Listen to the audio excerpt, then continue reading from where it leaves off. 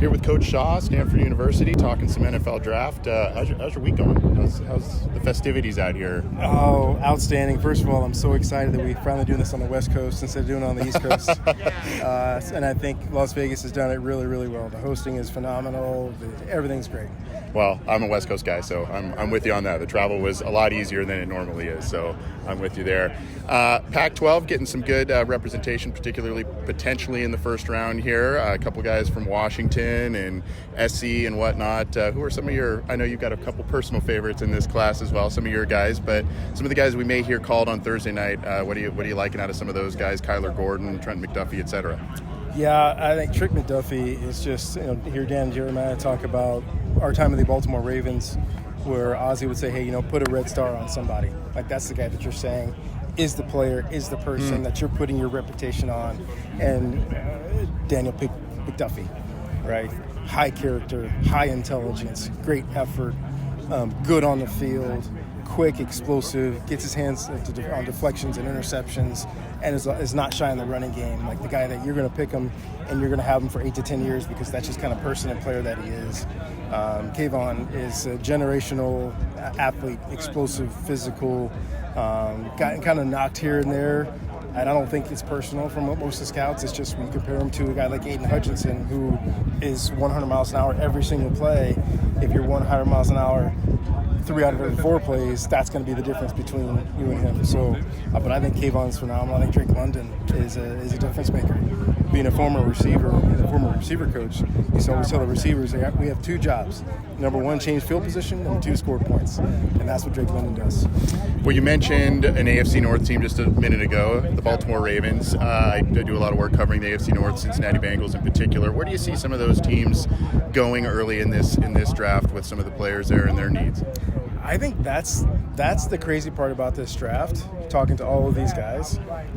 After it's even involved in pick 1, like pick 1 and 2, we're not sure. We think we know the top 2 guys. We just don't know completely where they're going. Even after that, we still don't know what's going to happen. Yeah. Right? You look at the AFC North, which, okay, you can say you have these needs, et cetera, but there may be a team that doesn't need a pass rusher, but one of those great ones might fall in their lap, and you better take them. I've never heard a GM say, we've got too many pass rushers, we're going to pass. No, we got a guy to attack the other quarterback, because the NFL rate starts with 3 things. You better have a quarterback, you better protect the quarterback, and you better get after the other team's quarterback. Yeah. So teams that don't need an edge rusher, you may sit in there in the top 10, and maybe one of the top 3 guys falls in your lap.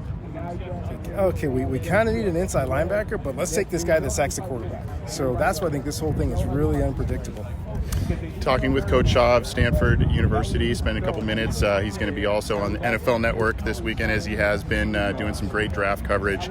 I'd like to get your thoughts on some of the interior defensive linemen. You've got one coming in this year's class as well from Stanford. So who are some of your favorite guys? Again, I know you got a personal favorite there, but some guys maybe to look out for, maybe even beyond the first round, kind of those middle round players. Well, and that's probably where Thomas Booker is going to end up going. Big, athletic, physical. He's one of those guys that's over 300 pounds that ran faster than 5 flat 40, which doesn't make sense. But he's quick and explosive and physical, and whether he goes rounds 2 or 3 or maybe slides into 4, you're going to get a day 1 guy that's going to come in ready to play. 2-time academic All-American on top of being a great football player. Going to add to your locker room, going to add to your community. But outside of him, there's so many guys in this draft in the front 7 totally. Multiple guys from Georgia, right? You got 2 interior defensive linemen. You got an edge rusher that may go number 1 or over 2, but they also have a good inside linebacker and a safety, right? So you're going to find great players in the mid rounds. As far as interior defensive linemen, anywhere in the first 2 rounds, you're going to have a chance to pick a starter.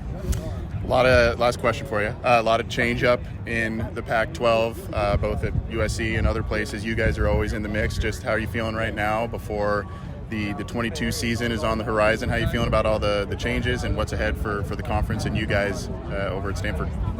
I love where we are right now. I think we're very underrated. I think we're coming off a really difficult year with a lot of guys coming back, a lot of veteran presence, a lot of edge to our team right now as far as not being able to perform the way that we did, the way that we wanted to last year. But our conference is going to be insane. You can make a legitimate case out of the 12 teams that maybe 8 teams have a legitimate chance to win. And you could even say 10 based on recruiting, based on coaches, etc. So it's going to be wild. Every single week's going to be difficult. No one has gone undefeated in our conference in a long time, no matter how good you are. Everybody else is really good also. So it's going to be a tough battle all year. Awesome. Well, thanks. Looking forward to your coverage this weekend, and thanks for everything. Appreciate it. Got it.